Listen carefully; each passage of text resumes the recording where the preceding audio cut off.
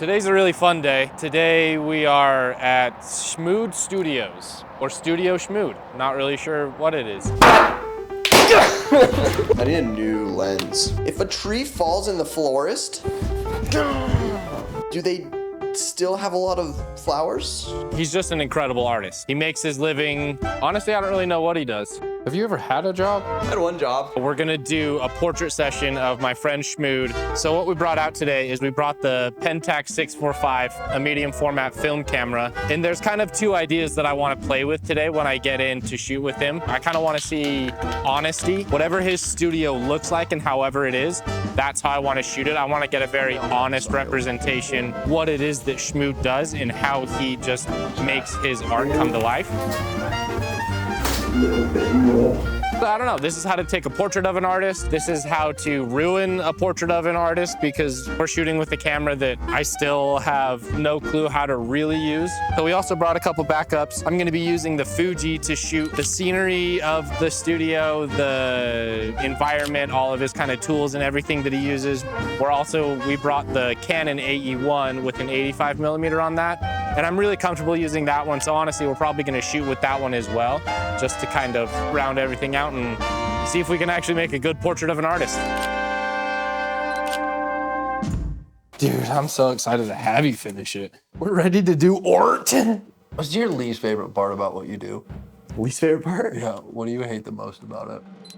I don't like anything that's monotonous, but like, who knows? Literally making this up as I go. Sometimes maybe good, sometimes maybe shit. Do you think this is gonna work? Because I don't, but I don't see why it would. But if it doesn't, you know what we do? We just get up and try again. Sometimes Sometimes shit doesn't work. sometimes shit don't work. But that's art, baby. Just constantly, Constant disappointment. constant disappointment, constant problem solving. I'm always doing like different projects, so it keeps things interesting, but it's when I get like pigeonholed to one thing, I start getting stir crazy and I just want to burn it down.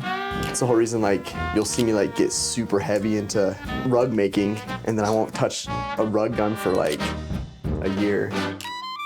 What do you want to turn it into? If you could turn it into like your dream thing, what would it be? Dream thing, it would be I show up, I make art, whatever it is, and that's it. When did you start? Probably about 7 years ago. What was your first project? First project was a water bottle, not water, it was a water balloon paint, a paint water balloon that I used on a stencil, because I thought, back in the day, I'm like, I'm gonna be a famous street artist. That was what the first idea was, famous street artist? Yeah. Famous street artist. Don't know how that's gonna look, but like, but what that's gonna entail, that's what I'm gonna do. So there's something really like fun with even going down to like buying the supplies, buying the materials, figuring out like how to do it, doing it, messing up, finding the new way to do it, fixing it. Because all of this special stuff happens here. What you're actually like the work behind other people can't do this stuff. But so it's like if we focus on our special sauce, if we focus on like our secret sauce and the thing that only we can do. with like most of my films recently, I've been trying to focus on this idea that every single person that I'm filming or photographing has one specific thing that they need to teach me. Okay. And my goal is to figure out what it is that they know that I don't know. What do I know that you don't know, Kev? Oh, there's a long, long list of things you know that I don't I don't know know. if that's true. Believe me, that's guaranteed. I don't know, what do you think, all right, as a friend, Okay.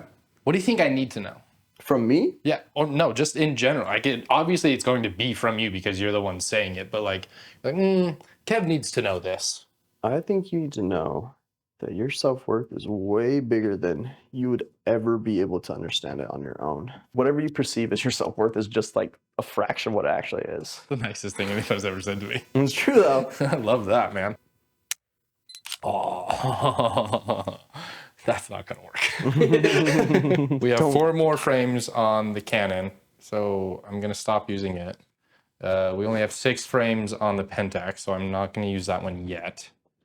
Because we're just gonna do pretty things with that. That's what we're gonna take your portrait with, is that Pentax. Ooh, Are you able to just turn on this upper light and turn these ones off?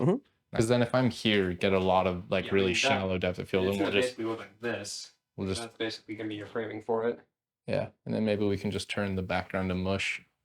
So what I've noticed about when I'm shooting somebody's portrait is that I like to have a lot of conversations with them. Even though while I'm having a conversation with someone, it's pretty difficult to properly take their portrait because either I'm talking or they're talking and I'm not getting them in that exact pose that I want them to be in. But I've studied a number of portrait photographers over the years, one being Platon, and I just love the way that he interacts with his subjects, the way that he brings them into his studio and makes them feel comfortable. Whoa, fucking cool, dude. And so I really like that philosophy of going into a portrait session and trying to learn as much about your subject as you possibly can, instead of just posing them in, 20 different positions so that you can get all the different possible ways that they look. I'd much rather try and make it so that the person that I'm shooting gets seen for more of who they are as a person instead of what I can turn them into.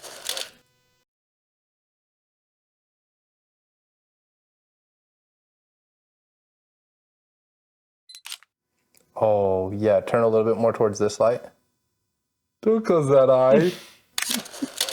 That one's gonna be so fucking good. Let's go. I'm very happy with that. All right, Fuck yeah. now let's flip around. You take my portrait. Yeah. Wait, what lights? Come on. Whatever you want, you get to choose. I think the settings should be okay. We're gonna leave you with the same settings that I shot, so if they're all fucked, it was my fault, not yours. Where's my focus? It's this little wheel right here. Okay. This little bokeh fucking lights behind you, dude. You want bokeh this shit out? I'm bokeh boy. That's cute. Hell yeah. So we just finished shooting with Brian, and it was an incredible time. Watching him work with resin and flowers and the way he puts everything together and his insane attention to detail while still being completely loose and free with everything that he's doing. It was really incredible to watch. I loved seeing how he interacts with all of his art, and I love seeing his entire process. I got a few images that I'm really, really happy with. A number of the ones that I shot on the X100V, some of the close-up ones of the actual art piece that he was working on, I think came out really well. We shot them in pretty high contrast, black and white on the X100V. In the portraits of Brian, I mean, it just helps that he's a naturally good-looking human being to begin with, but I'm really happy with how the portraits came out. This is my first time shooting proper portraits with the Pentax 645. I was really nervous about nailing focus, especially trying to get his eyes razor sharp with it. Because it is a manual focus camera, it was difficult to make sure that I was getting everything in focus. It doesn't have a split prism, so you just have to eyeball it. I think I did a decent job. I'm pretty happy with how his portraits came out. I think it shows him pretty well. Do I like them more than I like the digitals from the X100? I'm not sure, but both good, both different, just all around great.